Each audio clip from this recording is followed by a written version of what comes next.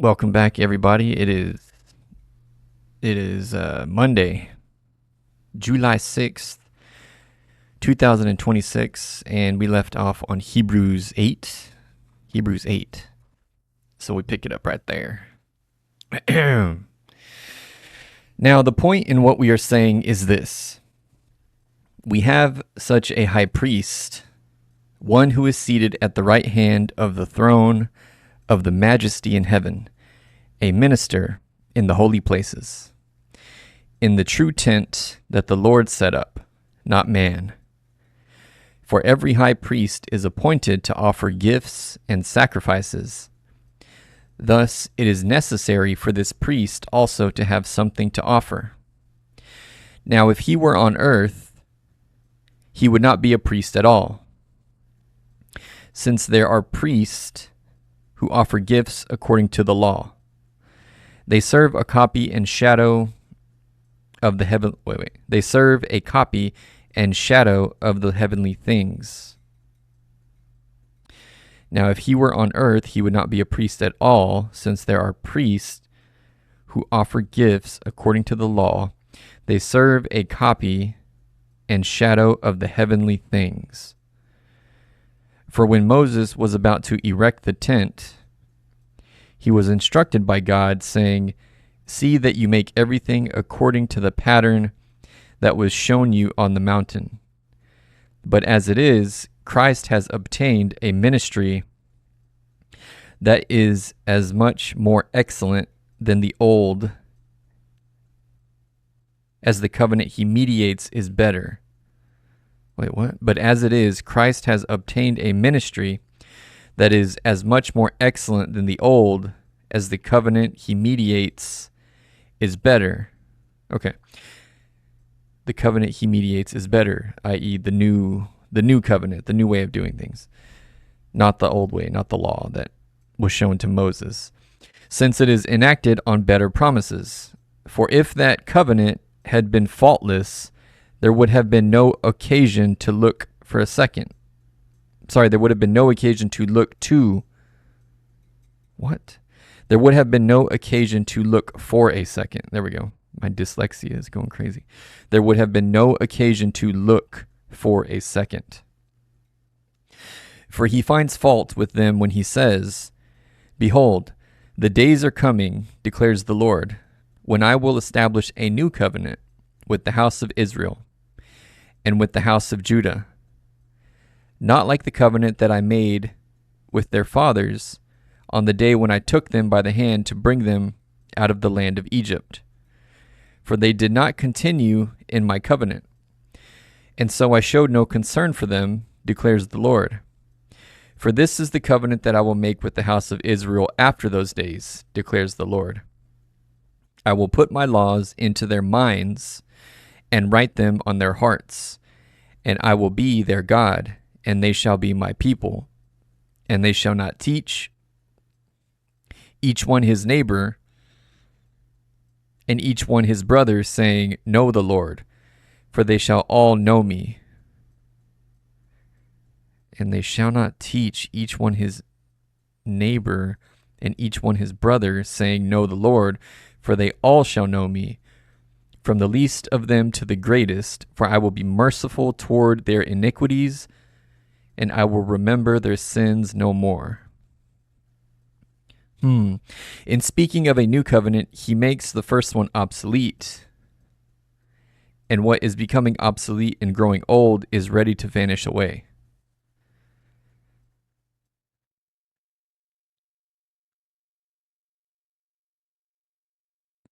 So this is interesting. I've asked this question before, but it really fascinates me, and I want to ask it again in a different way this time.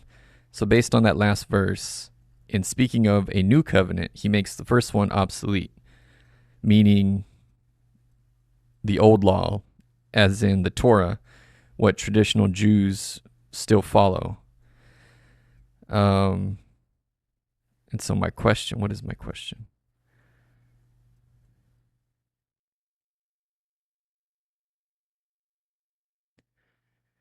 Does this mean that following the old Jewish law, i.e. the Torah, is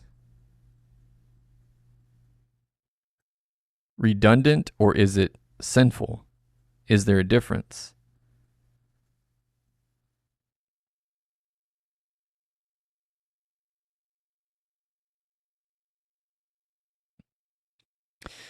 This particular verse gets to the heart of how early Christians and subsequent theologians wrestled with the transition from the Old Covenant, the Mosaic Law, and the Torah, to the New Covenant established by Jesus. According to mainstream Christian theology and the broader context of the New Testament, following the Torah is considered redundant or obsolete rather than inherently sinful. But there is a very sharp critical boundary where it can become sinful. Here is how theology distinguishes between the two and why the difference matters immensely. So first, why it is redundant or obsolete. The Greek word used for obsolete in Hebrews 8:13 is pepaloiken, which means to declare something old, worn out, or displaced by a newer version. In the book of Hebrews, the author argues that the Old Covenant wasn't inherently evil or wrong, rather it was a shadow or a blueprint of something better to come. Think of the Old Covenant ritual laws like animal sacrifices, dietary codes, and temple festivals like a photograph of a loved one. When the actual person stands in front of you looking at the photograph, to interact with them becomes redundant. Jesus claimed he didn't come to abolish the law but to fulfill it. Once fulfilled, the external regulations, like the Levitical priesthood or sacrifice of bulls and goats, lost their operational necessity because Jesus became the ultimate permanent sacrifice. Therefore, continuing those specific practices as a requirement is spiritually redundant. Redundant, but can't be a replacement of. So it's not like you could keep following the old laws and not believe in Christ. Let's see if it says that. When does it become sinful? While following the Torah isn't automatically a sin, the New Testament explicitly warns that it becomes sinful if it is done with the wrong motive or theological understanding. Specifically, it becomes sinful if a person follows the law in order to earn salvation or righteousness before God. Okay, so it does. Yeah, that's exactly what it's saying. Rejecting Christ's sufficiency. If someone believes that keeping the Sabbath, eating kosher, or being circumcised is what saves them or makes them right with God, they are effectively saying that Jesus' death on the cross was not enough.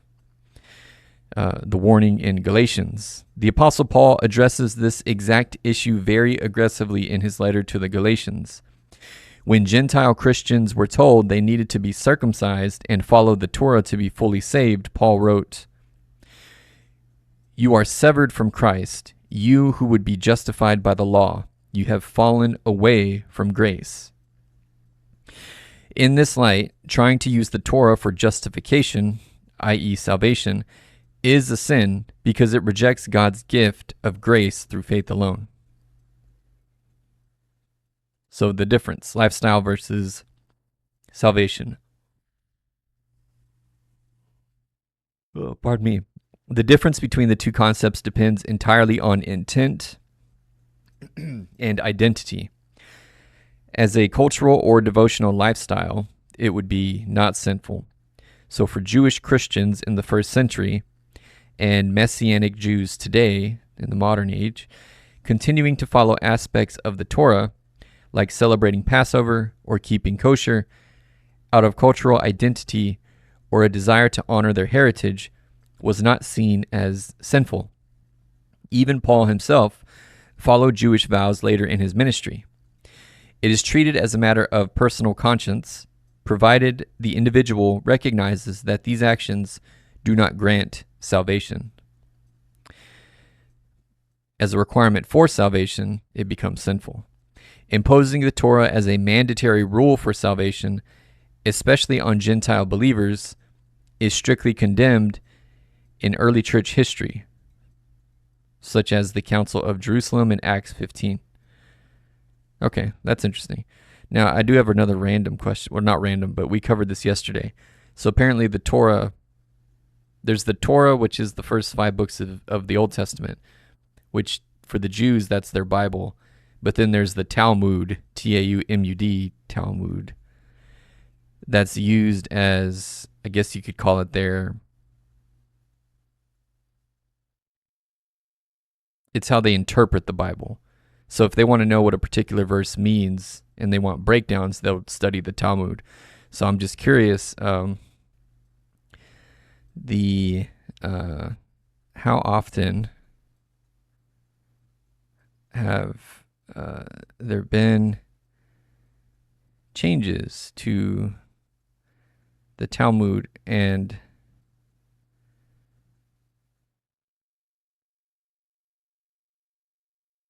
are there different versions of it? We won't spend too much time here. I'm just curious because we talked about this yesterday.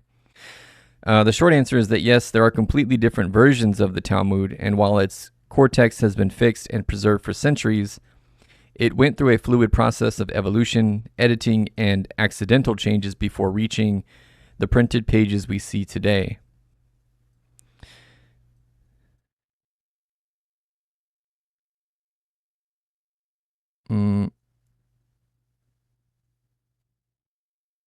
Okay, we don't need to read about it, actually. I just wanted to know if there were separate versions that are maintained, but this is not a Jewish stream, so we're not going to dig into it because it's pointless.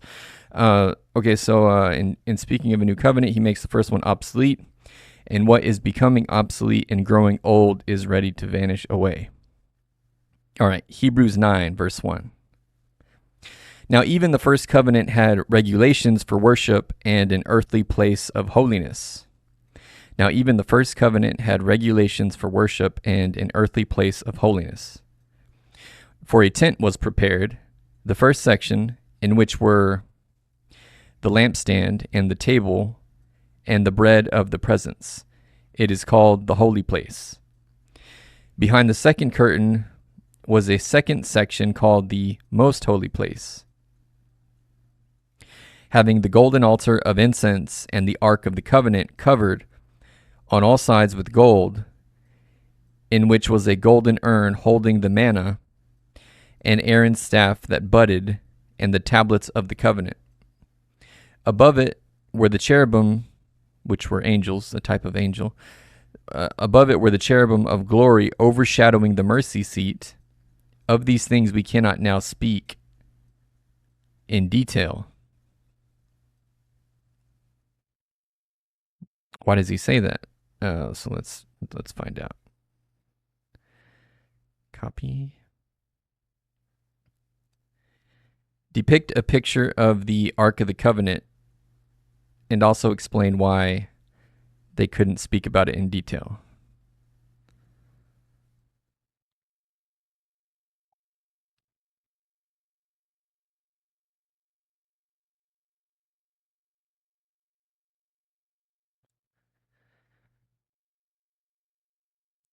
Let's look at the picture first. So this is just the Ark of the Covenant, but it's not.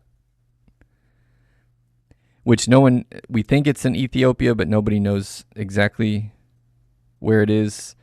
So we only have depictions of it. But this is how it's described. So the poles, they had to use the poles to carry it because you couldn't touch the actual ark because it was holy. So if you touched it, if a human touched it directly, the ark itself, you would die, which happened to Uzzah, which was, I don't know if it was David's son, King David's son, or I don't know. But I just heard a message about it in church yesterday. But there's a story about it in the Bible where they're trying to move it, and it was on a cart, and things got shaky, and he tried to stabilize it. Uzzah tried to stabilize it. He touched it, and he died. Anyway, these are the cherubim, the angels on top, and they form the mercy seat, and then the 10 Commandments, Aaron's rod, and the chalice are inside the ark. Okay, so let's read this. That phrase at the end of Hebrews 9:5, of these things we cannot now speak in detail, is a fascinating moment where the author intentionally hits the brakes. Here's an illustration of what the Ark of the Covenant traditionally looked like based on the descriptions in Exodus, featuring the gold-covered chests, the carrying poles, and the two winged cherubim facing one another over the lid, the mercy seat.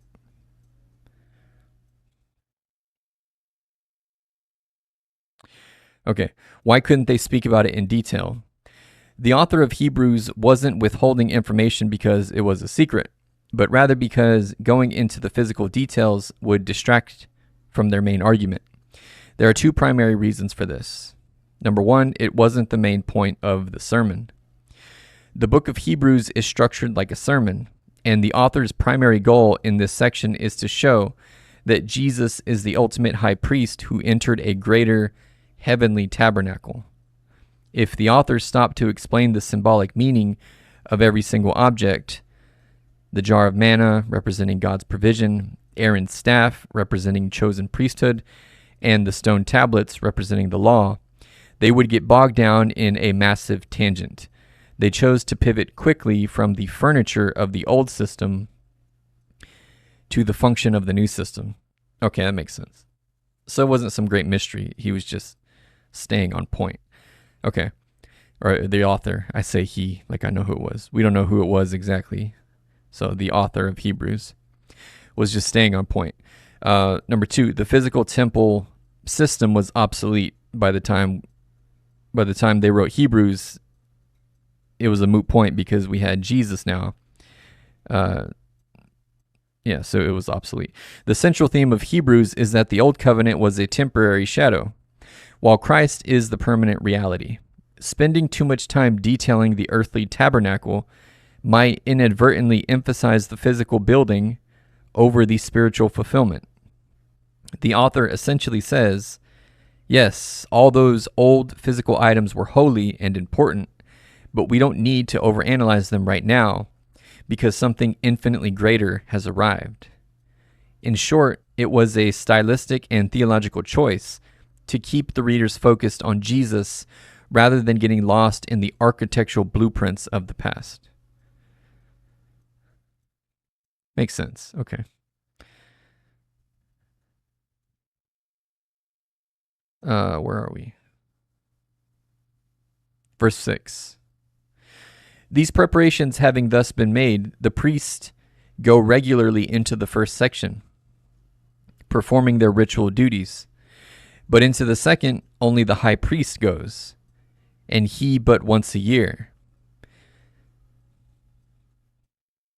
and not without taking blood, which he offers for himself and for the unintentional sins of the people. So he's describing the old customs. He's still describing the old customs here. By this, the Holy Spirit indicates that the way into the holy places is not yet opened as long as the first section is still standing, which is symbolic for the present age. According to this arrangement, gifts and sacrifices are offered that cannot perfect the conscience of the worshiper, but deal only with food and drink and various washings, regulations for the body imposed until the time of Reformation.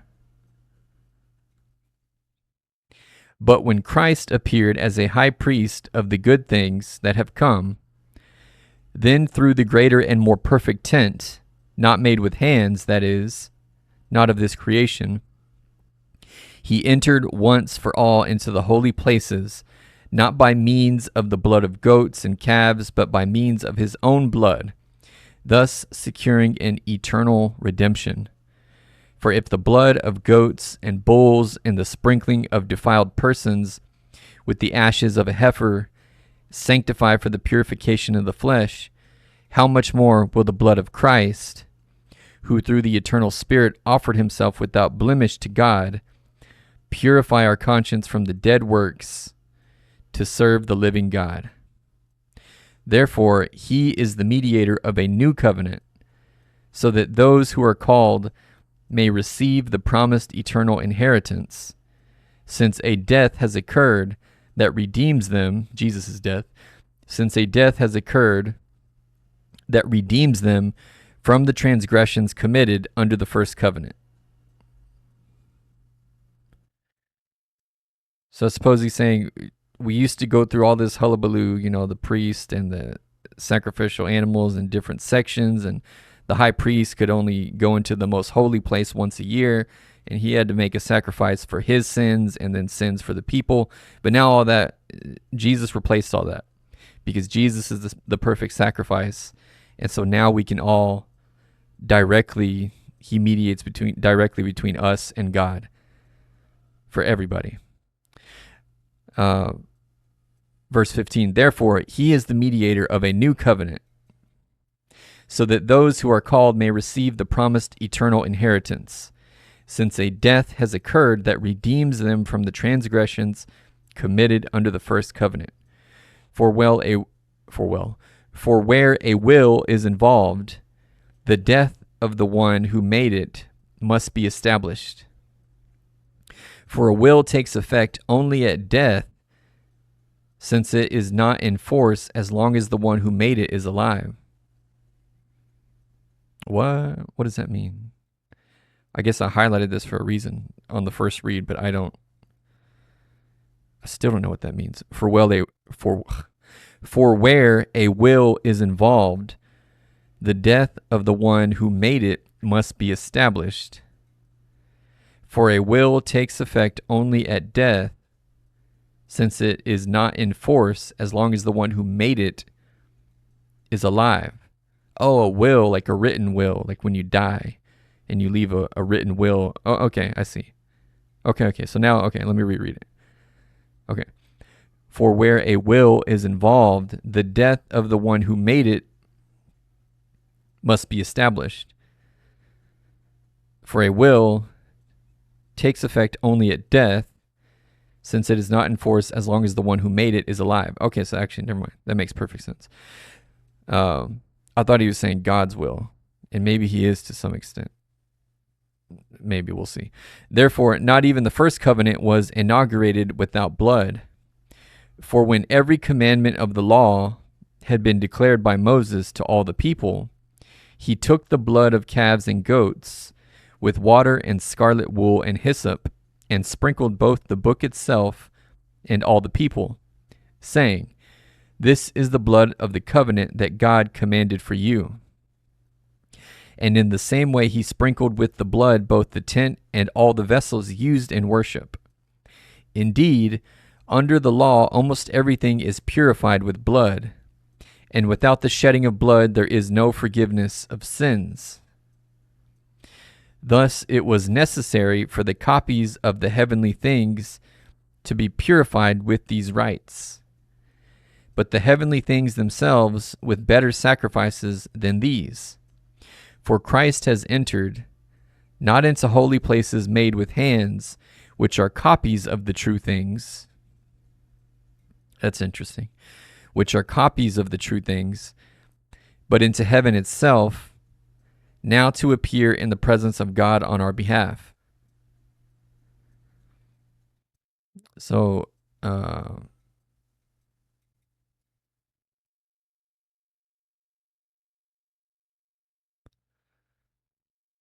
this part right here, just out of curiosity, does this suggest that the ark and the other items that were inside the ark are actually represented in heaven somewhere or someplace?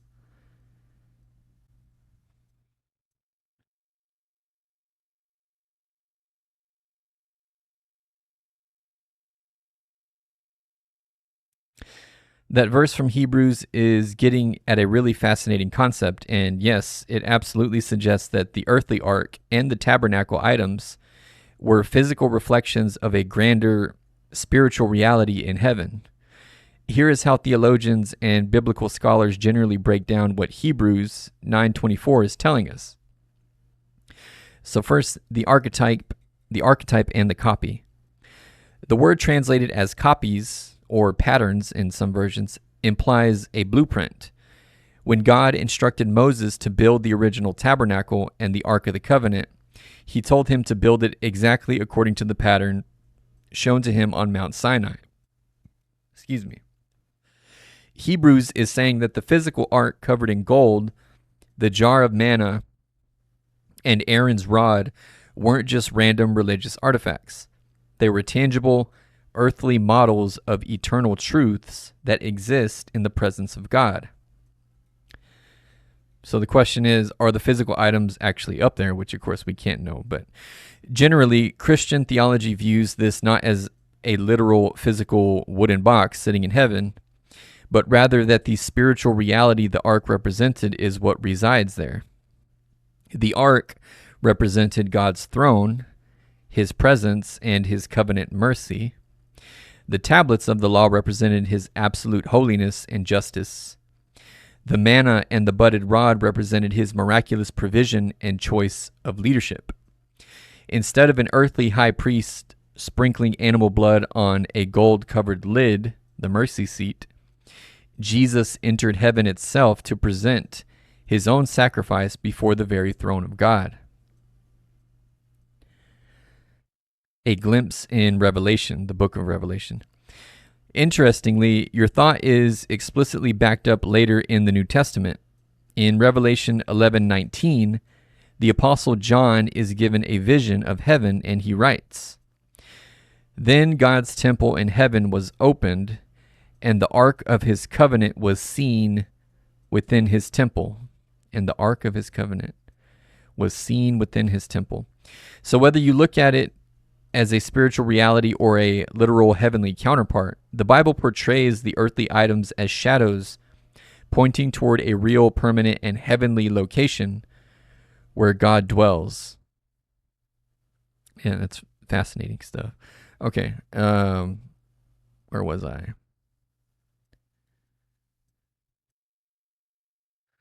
Verse 25. Nor was it to offer himself repeatedly as the high priest enters the holy places every year with blood, not his own, but then he would have had to suffer repeatedly since the foundation of the world. But as it is, he has appeared once for all at the end of the ages to put away sin by the sacrifice of himself.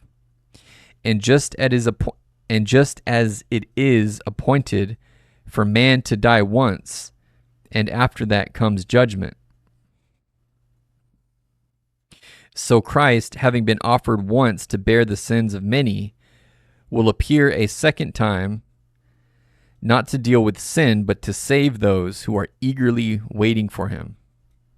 I missed this part before. So this is interesting because I was just talking to my wife about this the other day. So this is where it says in the Bible that every man has to die once. It's been appointed that every man and woman, we are all to die a physical death. And then after that, we are judged, right? But the two witnesses that are mentioned in the book of Revelation, people think, I think it's Elijah and Moses, I think, but let's ask. But it's interesting because in the book of Revelation, the two witnesses, they come down and they convert a bunch of people and they're unable to die for a time, and then they'll be killed. Eventually, God will allow them to be killed, and then they'll be resurrected again and then taken back to heaven. And a lot of people think these two witnesses will be, because they don't name them, will be, I think, Moses and Elijah, because they're the only two people in the Bible that don't die a physical death. And so since every man must die a physical death at least once, theologians think that point in time referenced in Revelation will be their time to die a physical death, and then they'll be resurrected. But let's ask about it. Okay.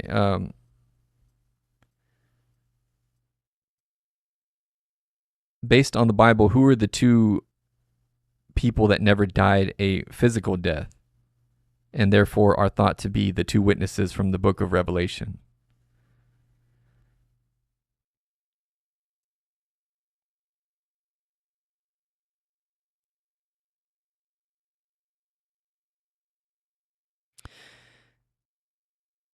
Oh, Enoch and Elijah, not Moses and Elijah. Based on the Old Testament, the two people who never experienced a physical death are Enoch and Elijah. Because Hebrews 9:27 states that it is appointed for a man to die once. Many biblical scholars and theologians throughout history have paired these two figures together. theorizing that they are the two witnesses mentioned in Revelation 11 who return to earth, preach, and eventually suffer a physical death. Here is how the Bible describes their departures from earth. So first, Enoch. Enoch lived before the Great Flood. The book of Genesis explains that he had a unique, close relationship with God and simply ceased to be on earth without dying. Genesis 5:24 says, Enoch walked with God, and he was not, for God took him. Oh, that's it. And just he was not. And for God took him, likely for that purpose, to serve as a witness much later in his plans. The New Testament later clarifies this event in the book of Hebrews. Hebrews 11:5 reads, by faith Enoch was taken up so that he should not see death, and he was not found because God had taken him. Second person, Elijah. Elijah was one of Israel's most prominent prophets. His departure is one of the most dramatic accounts in Scripture, where he is taken directly into heaven while still alive.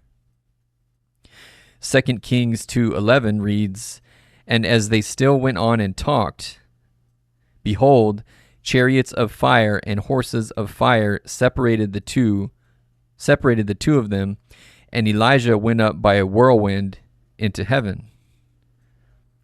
The connection to Revelation. In Revelation 11:3-12, two prophetic figures appear in Jerusalem during the end times. They preach, perform miracles similar to those of Old Testament prophets, like shutting the sky so it doesn't rain, which Elijah did, and are eventually killed by the beast. The theological argument connecting Enoch and Elijah to these witnesses relies heavily on the verse you shared, saying it is appointed for man to die once. Since Enoch and Elijah are the only two human beings in Scripture bypassed by death, the theory suggests they must return to earth to die their appointed physical deaths. Isn't that interesting? Okay, an alternative view. Some scholars suggest the two witnesses are actually Moses and Elijah. I knew I'd heard that somewhere. Are actually Moses and Elijah. The reasoning here is that the miracles performed by the witnesses in Revelation mirror the plagues of Egypt, i.e. turning the water to blood, which is associated with Moses, and the withholding of rain and calling down fire associated with Elijah. Furthermore, Moses and Elijah were the two figures who appeared with Jesus at the Transfiguration when they went up on the mountain. However, because Moses did experience a physical death, Deuteronomy 34:5, the Enoch-Elijah pairing remains the most popular theory regarding the die once rule. Man, fascinating stuff. Okay, I just love that kind of stuff.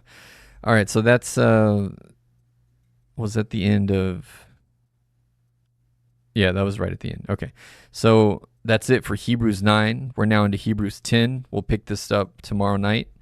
Thanks for tuning in. Don't forget to drop a sub, share it with a friend. God bless you guys, and good night.